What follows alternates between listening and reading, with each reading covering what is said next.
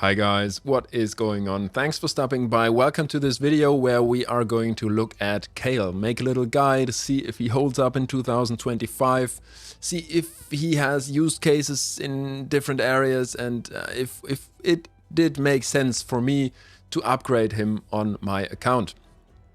I'm very much looking forward to this video. I have been looking forward to this in general as well, just because my account is at that point where I can start to make champion comparisons. I can start to make champion guides. I can compare damage with all of these champions, and that's something that I've been really looking forward to. And a big part of this game is talking about the champions. So yeah, I'm very happy to get into that. I'm also very much looking forward to making guides and videos about the two turtles that I'm pretty definitely going to get, Michelangelo and Donatello, who is the fusion. Yeah, but today's video is first and foremost and mostly going to be about my Kael. Right, so Kael definitely used to be the most played champion in this game for many years, I think. Many years might be overdoing it, but definitely for a good amount of time. Let's just check out his kit just to remember what he actually does. 100% small poison on the A1, very nice. Then we have an AoE on a 3-turn, which actually has a 15% extra chance to place a crit, which is nice, so he doesn't necessarily need 100% crit rate. That being said, his other skills do need the extra crit rate, and Kael normally only utilizes a 1 and a 3 on clan boss. So if you want to get proper damage out of him in clan boss with his attacks as well next to his poisons, you're going to have to need to crit cap him. Then also interesting, fills the turn meter of this champion by 25% for each enemy killed. That was the reason why he was strong in wave-based content and why he was a great campaign farmer. Because when he only killed 2 enemies, then he already got 50% turn meter back. And that really sped up his campaign farming. I think nowadays campaign farming is definitely not something that you want to do with Kael, but we'll get into that in a second. And then we have his A3, the reason why he is so strong for clan boss alongside the A1, attacks 4 times at random, has a 50% chance when booked of placing a 5% poison debuff for 2 turns. And this is a very good place to talk about the masteries, because you can increase the chance of landing poisons by 5%, which usually isn't too amazing, but it's substantial for this A3, because it's going to mean that there is a 5% higher chance on every single of the 4 hits to land a poison. So that is relatively substantial and very nice. I am probably not gonna go for that though, just because I have tested Kael and I have tested his damage on clan boss a few times now, and I'm not planning on using him in the future, at least not very much, and probably only as a comparison. And I don't see that I want to put that kind of energy and that kind of those resources into him just to get this extra 5% chance. Just keep that in mind. You could probably get a couple of 100k extra damage out of him when you do a clan boss run, when you have the perfect masteries. That being said, I think the rest of the masteries is pretty much on point. You will want accuracy on him. This is actually very strong. It's not very strong for most champions who need accuracy because they have multiple skills, but this is actually pretty strong for Kael, and I'm utilizing it on my Kael because this only helps your champion with 20 extra accuracy when there is no skill on cooldown, and this always happens because he only uses 1 skill in clan boss. So that's a very nice skill. Then he gets turn meter from debuffs. I wanted to give him a bit better stats here, just from his bonus set bonuses from his gear, and that's the only thing that really helps him in clan boss, next to cycle of magic, in this fourth row. And then we have these 2, Master Hexer, increasing duration of debuffs, obviously amazing. I would argue even a bit stronger than Sniper, but also Sniper being amazing for him. And that would be the perfect masteries for him, I think, for Clan Boss. And then on the offense side, we just go down the left-hand side. Whirlwind of Death is nothing that's really going to help you in Clan Boss, but the rest is really looking to optimize his damage in Clan Boss, and we are finishing with War Master. So these masteries I personally would recommend for Clan Boss. If you want to do the perfect thing for Clan Boss, don't take Whirlwind of Death and increase the damage to targets with less than 40% HP. Take Single Out instead, even though that's only going to help you very little. So let's look at his build. I did actually give him a relic just because I had one on the account, and survivability is something that is very important for Kael, and is also Kael's big problem. As you can see, or let's go for the base stats first. They are actually not too bad for a rare, but not great either. So his attack is decent, but HP is only at 13,700. Then we have 900 defense, and the speed is decent, by the way. The rest is just very standard. So like I said, his survivability is going to be the main problem, and one of the big reasons why I can't recommend Kael in 2025, unfortunately. Spoiler alert again. He does actually decent damage with his poisons, but I'm going to showcase that in a minute. But he is just so hard to keep alive. So that's definitely a big downside, and that's also the reason why I gave him defense percent on the gloves and HP percent on the chest. You will notice I have tried to crit cap him anyways. If you really wanted to optimize him, we will check his damage in a second, but if you wanted to optimize him, I think just leave the crit rate altogether and just go for defensive stats, because his survivability means more poisons, and more poisons are definitely going to mean much more damage than his average attacks. Right, I think there's nothing too much to talk about here. I don't have any defensive banner. That would have been nice. The amulet, I didn't get to 12 because there is no artifact enhancement going on at the moment that would profit me. And I'm very much looking, you know, when I build a Kael and I put all the resources into him, I'm very much looking that I don't spend too many extra resources as well. That being said, the ring is alright, but it's not amazing. You could definitely, like, this is no endgame build by any stretch of the imagination. It's not even a mid-game build. It is a decent build to showcase him, but you could get more out of your Kael if you wanted to. Just showing you the rest of the gear very quickly. The reason why I was able to get so much crit rate on him, next to having defensive chest and gloves, is just because I had pretty decent substats on these pieces. I will probably use these pieces on other champions in the future, especially this helmet, but for now they are good on Kael. And luckily switching gear around isn't too much of a problem these days, because Plarium has made that for free, so that's pretty amazing. All right. Yeah, these boots are actually very nice for him, in case you look for defensive stats. But still, even looking at that, he is not very survivable. He's heavily relying, therefore heavily relying on allies keeping him alive, giving him some buffs, or maybe picking him back up with a revive.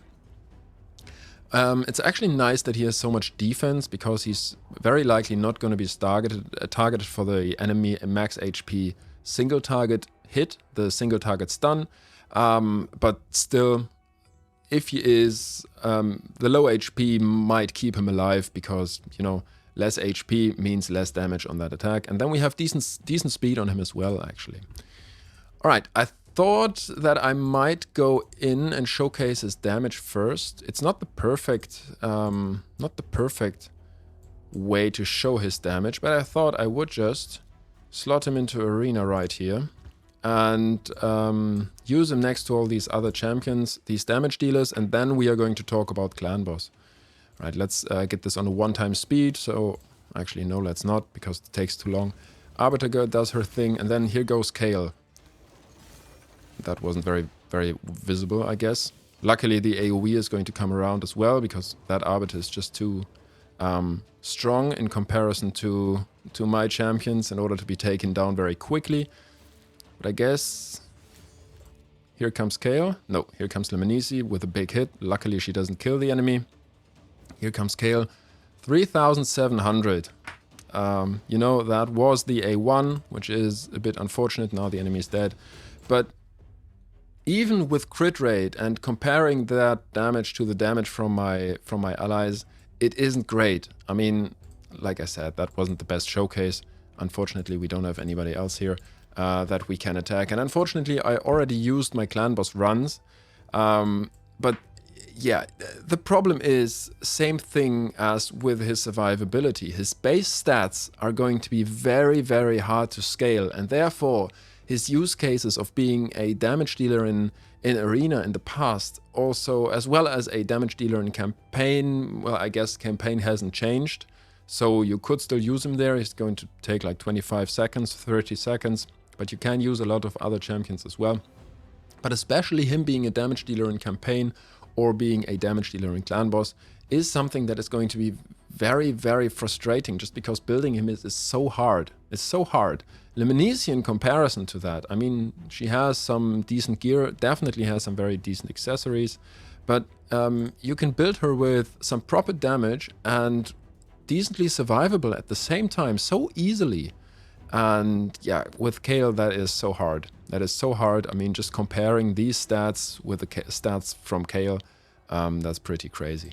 I think I haven't mentioned one more thing, one of the most important stats. I haven't mentioned accuracy on him.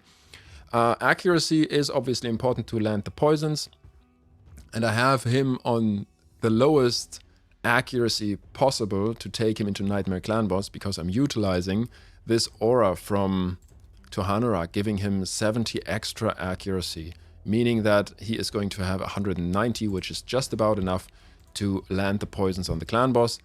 Yeah, but that should show you how hard it is to build this guy, because I don't have accurate or very little accuracy on him. I did get decent speed, and then I focused on survivability. Like I said, maybe drop the crit rate if you have trouble building him. All right. That being said, I think we've talked about arena now. We've talked about campaign, where he is definitely still viable. Let us talk about clan boss next. I have done 2 runs on a clan boss, and I think it's very unfortunate that you can't see the runs and the numbers here. But I have made pictures of it, so let me just pull them up. All right, here we go. We have 2 runs. One is with Kael, one is without Kael. And first things first, I think it is very interesting to see that he actually did pretty decent damage. He did pretty decent damage in this team. Comparing him with Lemonisi, Lemonisi being the champion that brings you Brimstone first and foremost, but she's also in decent damage gear. So her average attack gets you a 50k hit. So each time she attacks, that's 50k, which is equivalent to 1 big poison. She does even more damage with her A2, but that's on a 5-turn cooldown. So don't factor that in too much. But I guess Kael does very similar damage to a 5-star Brimstone, which is pretty strong. I mean, his damage is decent. Also, I do have to mention, Kael and Lemonisi survived very similar turns. In this fight. I think Lemonisi survived 2 turns longer, but that was it.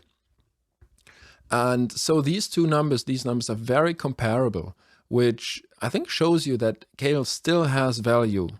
However, it's very hard to build him, like I said. So that's a definite downside. And also the fact that he survived so long, and as long as Lemonisi, it was just RNG. That was just lucky. There is going to be runs when you do this. This team isn't speed tuned, so you won't get the same results every single time. And that means that if you get bad RNG, he might die far earlier. And yeah, Lemonisi just goes on and would do much more damage. Now, let us compare this run with a second run that I did. I did sacrifice Morag for Kael on this run, and here I slotted Morag back in. I think both runs did fairly well. and were fairly lucky RNG-wise. This one was much shorter and did more damage, or did pretty decent damage anyways.